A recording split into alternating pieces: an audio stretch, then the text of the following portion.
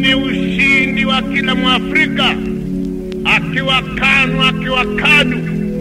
Ni ushindi wa kumwezesha Mwafrika kuendesha serikali yake bila pingamizi, bila kupingwa.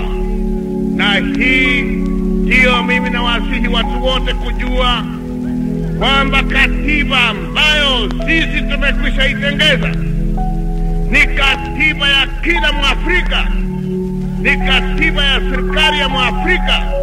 Hapana katiba ya kabila hii au ya taifa hii, ni katiba ya Afrika yetu hii ya Kenya. Ni katiba ya kuendesha kazi yetu ya serikali ikiwa na madaraka.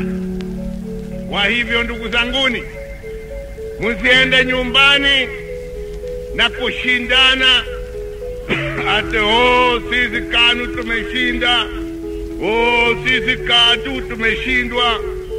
Hii mimi hapa nataka nyinyi mfanye kazi namna hiyo. Mimi nataka muangalie serikali kama ni serikali ya Mwafrika, na beberu alijaribu sana kuiharibu, na nyinyi mtasaidia beberu kuharibu serikali yenu. Mkiambiwa ni mtu kwenda mpigane mtakubali? Yule mtu alikuwa kama alikuwa ni shujaa wa kupigana, kwa nini yeye hapana kwenda kupigana na wabeberu? Pale yeye alikuwa analalia sisi mabegani. Mtaweka amani kwa serikali